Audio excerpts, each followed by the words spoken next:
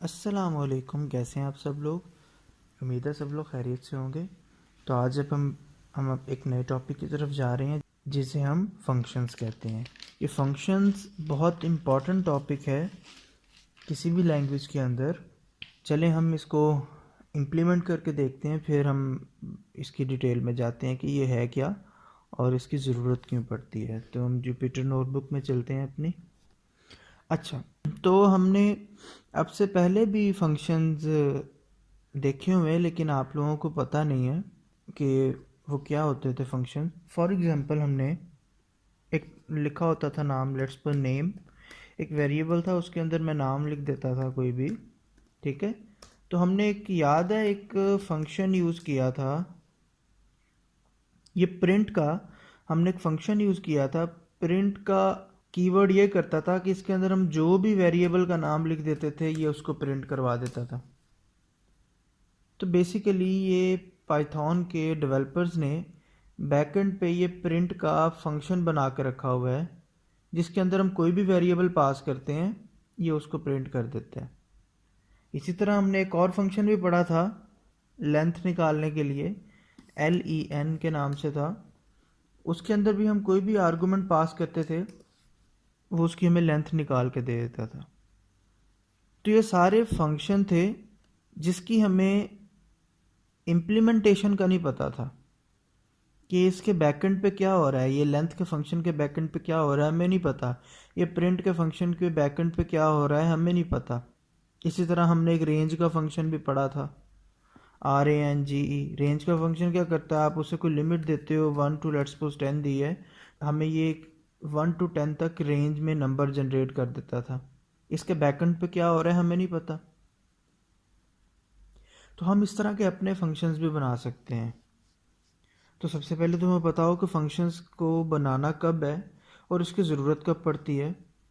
तो फंक्शंस को हमेशा हमने तब बनाना है जब हम ऐसा चाहते हैं कि हमारा पीस ऑफ कोड है वो बार बार हो रहा है और अंदर वाला लॉजिक सेम है, लेकिन हम अपना कोड दोबारा से नहीं लिखना चाहते। जिस तरह लूप में था ना, लूप में आप क्या था, कोई भी ऑपरेशन बार बार हो रहा था आप उसे लूप के थ्रू हैंडल कर लेते थे, ठीक है। तो इसी तरह फंक्शंस में है कि कोई भी काम बार बार आप कर रहे हो और आप कोड को दोबारा दोबारा लिखना नहीं चाहते, ठीक है। तो आप क्या करोगे, आप उसका एक फंक्शन बना दोगे, ठीक है। अब उस फंक्शन का भी कुछ नाम होगा। आप फिर क्या करोगे, आपने जब वो कोड को बुलाना होगा तो आप उस फंक्शन का नाम कॉल कर लोगे। जिस तरह आपने लेंथ निकालनी है तो आप लेंथ len कॉल कर लेते हो। आपने कोई चीज़ प्रिंट करवानी है तो आप प्रिंट का लफ्ज़ कॉल कर लेते हो। तो ये बेसिकली फंक्शंस के नाम हैं। आप लोगों ने अगर C++ या कोई और लैंग्वेज पढ़ी उसके अंदर भी फंक्शंस आपने यूज़ किए होंगे। कंसेप्ट तो बेसिकली वही हैं सारे, का फंक्शन हम यूज़ कब करते हैं। अच्छा, तो हम देख लेते हैं कि फ़ंक्शन इसके अंदर डिफ़ाइन कैसे करते हैं। लेट्स सपोज हमने एक फ़ंक्शन बनाना है जो हम कोई भी उसे स्ट्रिंग पास करें वो स्ट्रिंग को प्रिंट करवा दे। एग्जाम्पल है, हम इसको डिटेल में और भी जाएंगे, आगे एग्जाम्पल्स करेंगे। तो हम फंक्शन के लिए क्या करते हैं, हम DEF का कीवर्ड लिखते हैं, डेफ, ठीक है। डेफ मीन्स डेफिनेशन, यहाँ से स्टार्ट हो रहा है। आगे उस फंक्शन का नाम PR, हमने फंक्शन का PRI रख दिया फंक्शन का नाम, लेट्स सपोज, ठीक है। और उसके बाद अगर उसके अंदर हमने कोई वैल्यूज़ पास करनी है तो हम ये ब्रैकेट लगा देंगे। जिस तरह हम प्रिंट के फंक्शन के अंदर नेम की वैल्यू पास कर रहे हैं, लेंथ के फंक्शन के अंदर नेम की वैल्यू पास कर रहे हैं। बहुत सारे ऐसे फंक्शंस भी होते होंगे जिनमें हम कोई वैल्यू पास नहीं करते, अभी आप बहुत सारी एग्जांपल्स ऐसे देखेंगे। तो अगर तो कोई वैल्यू पास करनी है, उस वैल्यू का यहाँ कोई रफ वेरिएबल नेम लिख देंगे, आई लिख दिया लेट्स सपोज। और उसी तरह एंडिंग कंडीशन के लिए, एंड करने के लिए फंक्शन को हम कॉलन लगा देंगे। उसके बाद मैं चाहता हूँ कि जो भी यूज़र पास करे इस फंक्शन को मैं उसको प्रिंट कर दूँ, बस इतना सा काम है। अब ये फंक्शन ऐसे चलेगा नहीं, क्योंकि फंक्शन जब डिफ़ाइन होता है तो ये मेमोरी में स्टोर हो जाता है, लेकिन जब तक हम इसे कॉल ना करें, जिस तरह हमने यहाँ प्रिंट का फंक्शन को कॉल जब तक नहीं किया तब तक ये चला नहीं है। लेंथ का फंक्शन कॉल ना करें तब तक ये नहीं चलेगा। इसी तरह हम प्रिंट के फंक्शन को जब कॉल करेंगे, इसके अंदर हम लेट्स सपोज मैंने भेज दिया अली, तो तब ये चलेगा। ठीक है, ये तो एक सिंपल सा मैंने फंक्शन बनाना सिखाया कि फंक्शन कैसे बनाते हैं। आप यहाँ पर ये इस कॉलन के बाद इसके स्कोप में जितनी भी आप लाइंस ऑफ कोड लिखेंगे, जैसे ही आप PRI को कॉल करेंगे वो लाइंस ऑफ कोड चल पड़ेंगी। मतलब इन शॉर्ट ये है, आपने मल्टीपल लाइंस ऑफ कोड को रीयूज़ करने के लिए उसको एक नाम दे दिया है PRI का। ठीक है, तो अब हम इसकी थोड़ी सी और एग्जांपल करके देखते हैं। हम चेक करना चाहते हैं कि कोई नंबर इवन है या ऑड है। अब लेट्स सपोज यूज़र ने हमें 4 नंबर इनपुट दिए हैं, यूज़र ने हमें 4 नंबर इनपुट दे दिए और वो लिस्ट में नहीं है। एग्जांपल ये लेते हैं वो किसी इंटीजर वेरिएबल्स के अंदर है चारों। तो लेट्स सपोज एक वेरिएबल है आई, उसके अंदर पड़ा है 2, या हम यूज़र से इनपुट ले लेते हैं। आई वेरिएबल है, हम यूज़र से इनपुट लेते हैं। ठीक है, एंटर योर नंबर। ठीक है, हमने आई में यूज़र से इनपुट ले लिया। इसी तरह मैं इसको कॉपी करता हूँ और क्या करता हूँ, 4 दफ़ा 4 नंबर लेने हैं, एक में आई, एक में जे, एक में के और एक में एल नंबर। ठीक है, अब यूज़र चारों में इनपुट दे देगा। मैं इसको रन नहीं अभी कर रहा। अब लेट्स सपोज यूज़र ने 4 नंबर इनपुट किए हैं, तो मैं चेक करना चाहता हूँ कि चारों नंबर्स में से इवन कौन सा है और ऑड कौन सा, और उसे बताना चाहता हूँ। ठीक है, तो मैं क्या करूँगा, पहले आई के लिए कोड लिखूँगा। क्या कोड लिखूँगा, इफ़ वही वाला आई मॉडुलस 2 इक्वल्स टू 0, तो क्या है नंबर, प्रिंट क्या कर दो, प्रिंट उसे बता दो कि आई जो है वो इज़ इवन। फॉर्मेटिंग में हमने थोड़ा सा बता दिया। ठीक है, एल्स प्रिंट ये कर दो, एल्स इसके अंदर नहीं आएगा, बाहर आएगा, क्योंकि अगर अंदर लिखेंगे तो एरर देगा वो। एल्स ये प्रिंट कर दो कि आई इज़ ऑड। ठीक है, तो हम इसको स्ट्रिंग में कन्वर्ट करेंगे क्योंकि हमारा इंटीजर है। स्ट्रिंग के साथ ही कंकैटिनेट हो सकती है, तो हम इसको कन्वर्ट करेंगे और कन्वर्ट करने के बाद मैं इसको क्या कर रहा हूँ, कॉपी कर रहा हूँ। ठीक है, पहले आई के लिए मैंने लिख दिया है, मैं इसी तरह फिर जे के लिए भी लिख दूंगा।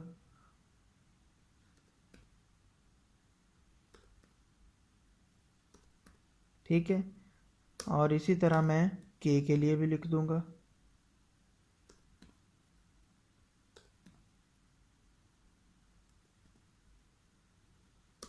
और ये लास्ट वन वेरिएबल एल के लिए भी मैं यही फंक्शन लिख दूंगा। ठीक है,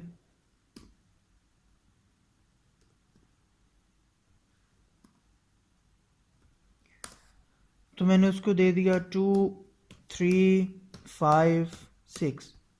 उसने मुझे बता दिया 2 इवन है, 3 ऑड है, 5 ऑड है, 6 इवन है। ये बात तब है जब हमने लिस्ट का यूज़ नहीं करना, यूज़र ने हमें नंबर देने हैं। रियल लाइफ में तो ऐसा ही होता है ना कि आपने एक वेबसाइट बनाई है, लेट्स सपोज जो वेबसाइट ये बताए यूज़र जो नंबर एंटर करे वो इवन है या ऑड है, तो आप उसमें लिस्ट पे तो नहीं काम कर सकते। यूज़र आपको एक नंबर ही दे के चेक करेगा कि ये नंबर इवन है ऑड है। अगली बार हो सकता है वो एक नंबर दे और आप उसे बता दो इवन है, फ़ौरन वो आपको दूसरा नंबर दे दे, फिर तीसरा दे दे, तो आप लिस्ट मेंटेन नहीं कर सकते। कर भी सकते हो, लॉजिक है, लेकिन इलॉजिकल चीज़ है, आपको एक फंक्शन बनाना पड़ेगा इन शॉर्ट। अब ये तो अभी मैंने फंक्शन के बगैर काम किया सारा, कि 4 नंबर लिए और चारों के लिए मैंने, अब देखें चारों के लिए मैंने सेम कोड किया है, सेम कोड, सिर्फ फ़र्क कहाँ आया है, ये वेरिएबल, एक आई के लिए, एक जे के लिए, एक के लिए, एक एल वेरिएबल के लिए। तो क्यों ना मैं एक ही कोड करूं और वेरिएबल को जहन में ना रखूं। तो जब आपने इस तरह का काम करना होता है कि आपने कोड एक ही करना है, वेरिएबल्स को माइंड में नहीं रखना, तो आप यहाँ पर फिर फंक्शन बनाते हो डेफ। आप लेट्स सपोज इवन के नाम से बना लेते हो फंक्शन। लेट्स से आपने इवन ऑड के नाम से फंक्शन बना लिए। अब इवन ऑड के नाम से फंक्शन बनाओगे और उसके अंदर क्या पास करोगे, जो यूज़र नंबर एंटर करेगा उसको लेट्स सपोज आप जी का नाम दे दो, कोई भी नाम दे दो। और ये सारी स्टेटमेंट्स जो होंगी ये अब इस फंक्शन के अंदर आ जाएंगी और यहाँ पर जी हो जाएगा, यहाँ भी जी, यहाँ भी जी। ठीक है। अब ये रन नहीं होगा फंक्शन क्योंकि हमने इसे कॉल नहीं किया। तो जब मैंने इसे कॉल करना है तो कॉल करने के लिए मैंने बताया था क्या करते हैं, हम इस फंक्शन को कॉल करते हैं, इस फंक्शन का नाम लिखते हैं। तो मैं इस फंक्शन का नाम लिख देता हूँ इवन ऑड और इसके अंदर पहली बार आई पास करता हूँ। एक बार आई के लिए चला रहा हूँ इसको मैं, एक बार जे के लिए, एक बार के के लिए, एक बार एल के लिए।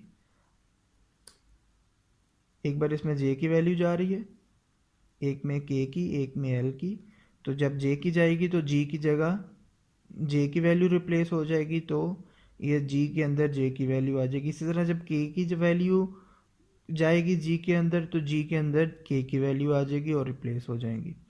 अब जब मैं ये करूँगा रन 2, 3, 5 और 6 तो उसने मुझे वही आउटपुट दे दी है। तो देखें पहले कितना लेंथी कोड था, हमने उसको ये 4 लाइनों में कर दिया। तो ये तो अभी 2 लाइनों का कोड है ना इवन ऑड का। कोई ऐसा लेंथी कोड भी हो सकता है जो आपने निकालना हो बार बार। लेट्स सपोज एक कोड हो, आपको यूज़र कहे मैं आपको कोई भी स्ट्रिंग दूं, आप उसको इनकोड करके दे दें मुझे using any encoding scheme. Encode का मतलब होता है किसी और फॉर्मेट में करके दे दें। तो उसके अंदर हो सकता है आपको 25-30 लाइनें लिखनी पड़ जाएं। अब यूज़र ने 1000 अगर नंबर देने हैं, उसको स्ट्रिंग्स देनी है इनकोड करने के लिए, तो उसको तो 1000 दफ़ा वो 25-30 लाइनें लिखनी पड़ जाएंगी। तो उस झंझट से बचने के लिए कि हमें बार बार लाइनें ना लिखनी पड़े, सिर्फ एक नाम लिख दें और वो काम हो जाए, हम क्या करते हैं फंक्शंस बनाते हैं। ठीक है। तो फंक्शंस की आई थिंक आपको बेसिक समझ आ गई होगी कि फंक्शन हम क्यों बनाते हैं और किस तरह उसको बनाते हैं। अब फंक्शंस की कुछ वेरिएशंस की बात करते हैं। अच्छा, ये तो फंक्शन के अंदर हमने प्रिंट करवा दिया ना। एक कीवर्ड यूज होता है रिटर्न।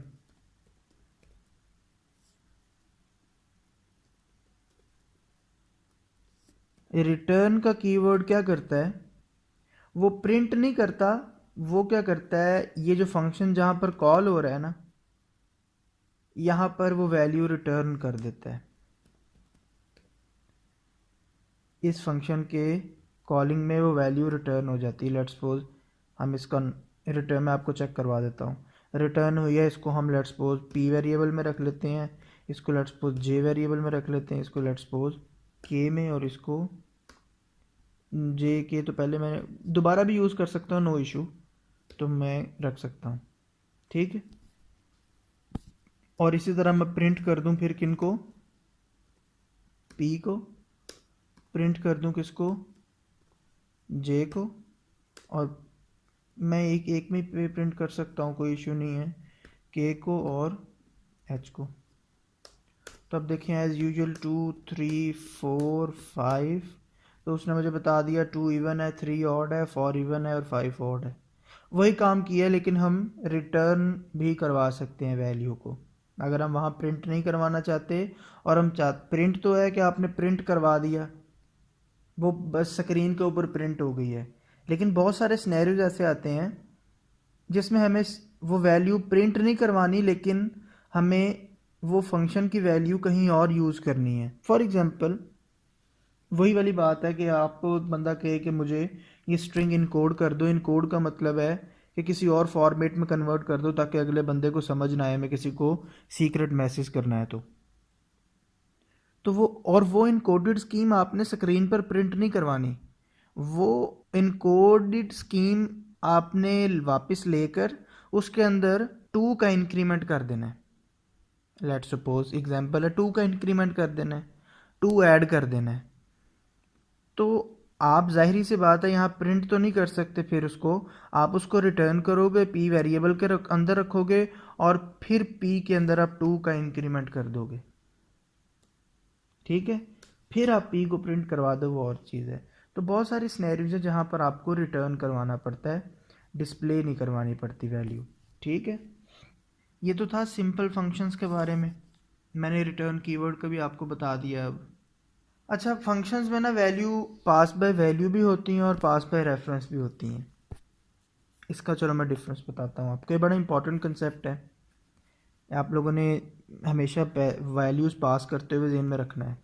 तो लेट्स सपोज मैंने यही फंक्शन बनाया इवन ऑड का, ये मैं एक और फंक्शन बनाता हूँ, इसको कोड को बढ़ा रहे, मैं एक फंक्शन बनाता हूँ डेफ प्रिंट पी एन के नाम से बना लेता हूँ और इसके अंदर एक वैल्यू पास करता हूँ एक्स, ठीक है। और मैं यहाँ पर अभी कुछ कोड नहीं करता, मैं बाहर आ जाता हूँ और मैं एक्स को क्या असाइन करता हूँ, मैं एक लेट्स सपोज बात कर रहा हूँ अभी लिस्ट की, मैं लिस्ट पास करता हूँ 1 2 3 4 5 लिस्ट पास की और मैंने इस पी एन के अंदर लिस्ट पास कर दी, लिस्ट पूरी पास कर दी और मैंने बाद में प्रिंट करवा दिया।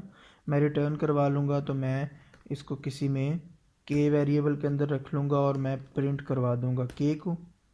अब लेट्स सपोज मैं ऐसा करता हूँ कि इसके अंदर ये जो फंक्शन के अंदर मैंने क्या करना है, मुझे यूज़र जो भी लिस्ट देगा ना, लेट्स सपोज जो भी लिस्ट देगा, इस केस में ये दी है, मैं उसके पहले इंडेक्स के ऊपर हमेशा 10 रख दूंगा। यूज़र जो भी वैल्यू दे मैं उसके पहले इंडेक्स के ऊपर 10 रख दूंगा। तो मैं क्या करूँगा, एक्स ऑफ 0 इक्वल टू 10, ठीक है, ये वाला काम करूँगा। और मैंने उसको फिर रिटर्न करना है, ऑब्वियस सी बात है। अभी मैं चलो रिटर्न भी नहीं करता, मैं लेट्स सपोज रिटर्न भी नहीं करता, ठीक है, मैं सिर्फ ये फंक्शन कॉल करता हूँ और अभी आपको दिखाता हूँ कि हुआ क्या है, ठीक है। और मैं क्या करता हूँ, मैं प्रिंट करवाता हूँ अब दोबारा लिस्ट को, ठीक है, एक्स को। मुझे पता चल जाए ना कि एक्स की वैल्यू में पहले इंडेक्स पे 10 आया कि नहीं आया, तो वो आ चुका है। तो इसका ये मतलब हुआ कि मैंने एक्स उसको भेजा था 1 2 3 4 5 और जब उसने फंक्शन के अंदर एक्स ऑफ 0 पे 10 रख दिया तो वो ओरिजिनल वाले एक्स के अंदर भी, यहाँ मैं एक्स से अगर नहीं लिखता मैं यहाँ पर वी लिख देता हूँ और वी ऑफ 0 के अंदर भी काम करूँगा तो भी वो मुझे ओरिजिनल वाले एक्स के अंदर भी वैल्यू बदल देगा, ठीक है।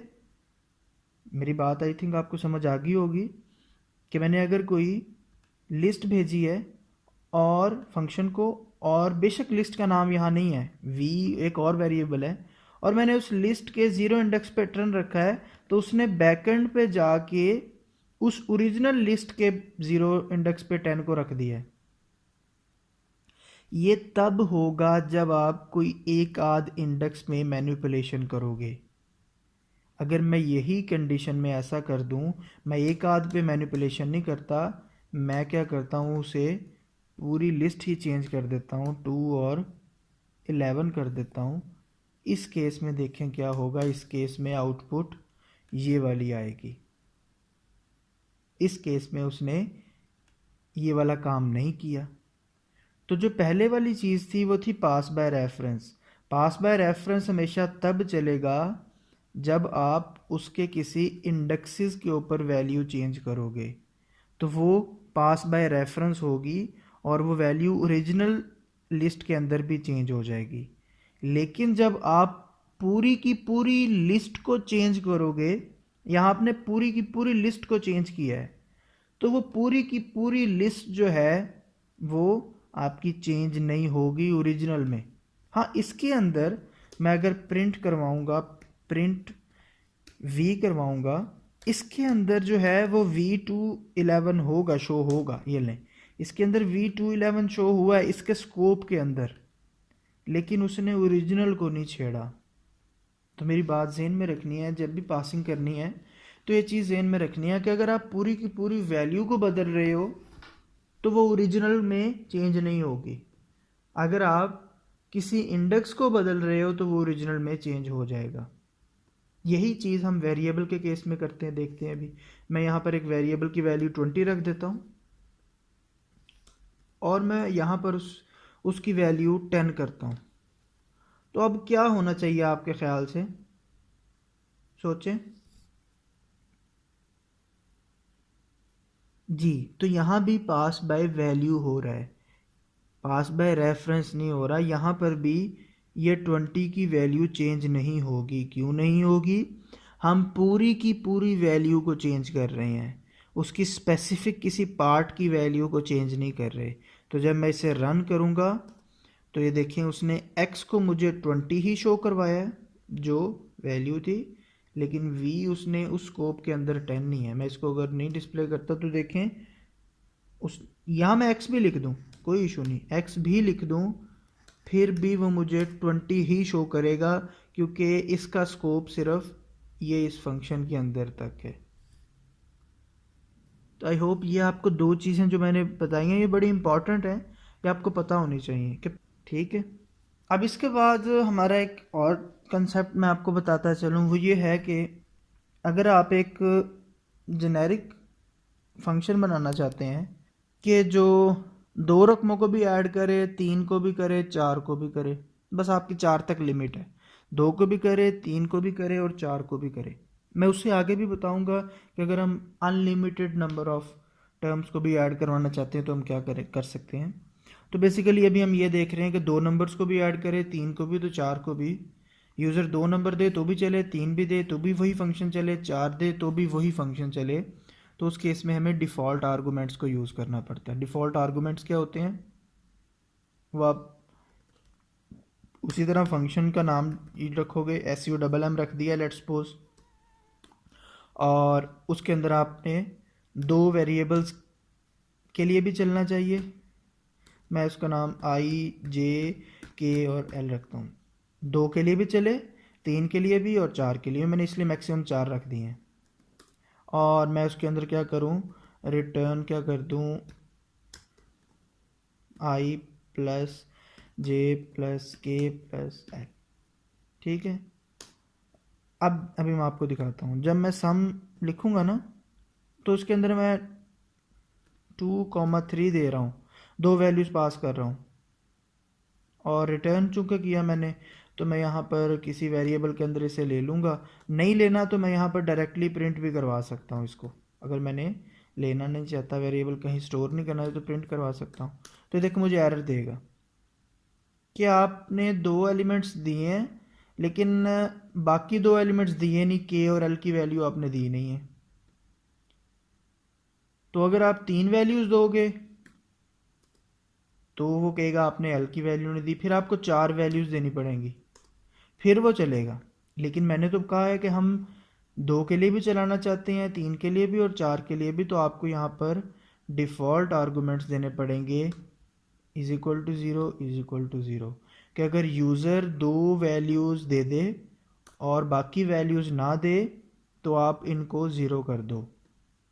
और इनका डिफ़ॉल्ट आर्गूमेंट का ये रूल है कि अगर आपने किसी वेरिएबल को ज़ीरो कर दिया है तो उसके राइट हैंड साइड पे सब वेरिएबल्स को ज़ीरो करना मस्ट है आपके लिए।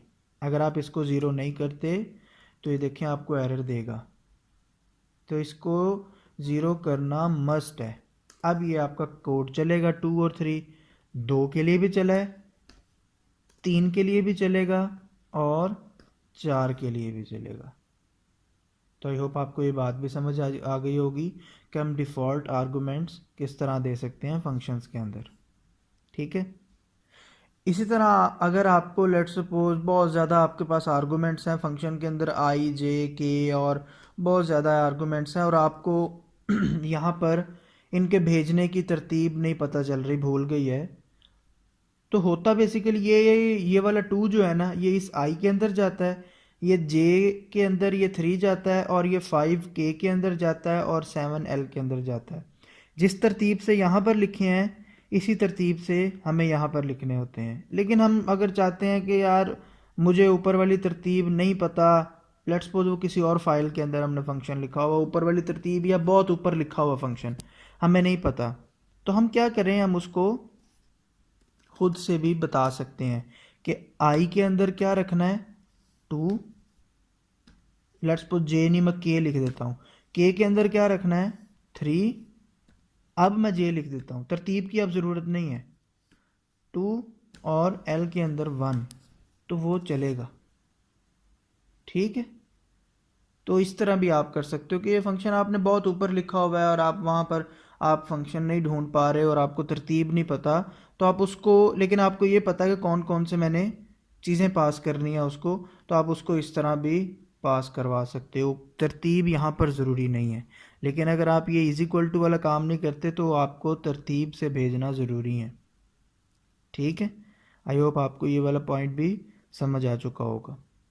अच्छा, तो लेट्स सपोज हमारे पास एक एरे है, हम एक फंक्शन बनाते हैं जो एरे के एलिमेंट्स को प्रिंट करे। लेट्स सपोज हम डायरेक्टली भी कर सकते हैं, लेकिन अब हम चाहते हैं कि हम जितने भी फंक्शंस के अंदर पैरामीटर्स पास करें सब चलें। ठीक है, अनलिमिटेड नंबर ऑफ पैरामीटर्स चलें, तो हम क्या करेंगे, डेफ PRR लिख दिया लेट्स सपोज, हम इसके अंदर क्या करेंगे, स्टैरिक ARG और V, इसका मतलब आता है आर्गूमेंट्स। ठीक है, और फिर एज यूजुअल आप यहाँ पर फॉर लूप लगाएंगे, फॉर आप कोई भी नाम लिख लो, आई इन ARGV। तो बेसिकली ये क्या करता है, अब मैं आपको भी बताता हूँ, अभी मैं आपको ये चला के बताता हूँ, एक सेकंड सिर्फ। PRR के अंदर आप उसे, हाँ अब ये देखें, अब PRR के अंदर आप उसे 2 वेरिएबल्स पास करोगे तो वो दोनों को लेगा, 2 के लिए भी ये फंक्शन चलेगा, 3 करोगे 3 के लिए भी चलेगा, 4 करोगे 4 के लिए भी चलेगा। तो मतलब आप इसके थ्रू जितने मर्जी वह उसको पैरामीटर्स भेज सकते हो, वो सब के लिए चलेगा। ये क्या करेगा, ये बेसिकली आर्ग वी का जो पैरामीटर है, ये जितने भी हम उसको यहाँ से एलिमेंट्स भेज रहे हैं ये सबको लिस्ट में कन्वर्ट कर देता है, और लिस्ट को फिर आपको पता है ट्रैवर्स करना आप कैसे करते हो, आपको पता है उस चीज़ का। ठीक है, तो बेसिकली ये वाला काम है कि आप अनलिमिटेड नंबर ऑफ आर्गूमेंट्स भी उसे भेज सकते हो यूजिंग आर्ग वी। तो आई होप आपको ये वाली बात भी समझ आ चुकी होगी। तो ठीक है, अब हमारा फंक्शंस का टॉपिक यहीं तक था। तो अगर आप लोगों को ये वीडियो पसंद आई हो तो इसे ज़रूर लाइक कीजिए, इसे शेयर कीजिए, क्योंकि आपके लाइक करने और शेयर करने से ही मुझे मोटिवेशन मिलती है और मैं इस तरह की और वीडियोस ताकि बनाऊं, और अपने दोस्तों तक भी शेयर करें। और अगर आपने अभी तक सब्सक्राइब नहीं किया तो चैनल को सब्सक्राइब कर दें ताकि आपको हर आने वाली वीडियो फ़ौरन से मिल सके। मैं ट्राई यही करूँगा कि हर मंथ या हर सेकंड मंथ एक नया कोर्स आप लोगों के लिए ऑफ़र करूँ, एक नई लैंग्वेज, एक नया कोर्स आप लोगों को ऑफ़र करूँ। तो जो लोग प्रोग्रामिंग गीक्स हैं, जिनको प्रोग्रामिंग और नई नई चीज़ें सीखने का शौक़ है, तो वो चैनल को सब्सक्राइब कर दें। तो अपना ख्याल रखिएगा और दुआ में याद रखिएगा। अल्लाह हाफ़िज़।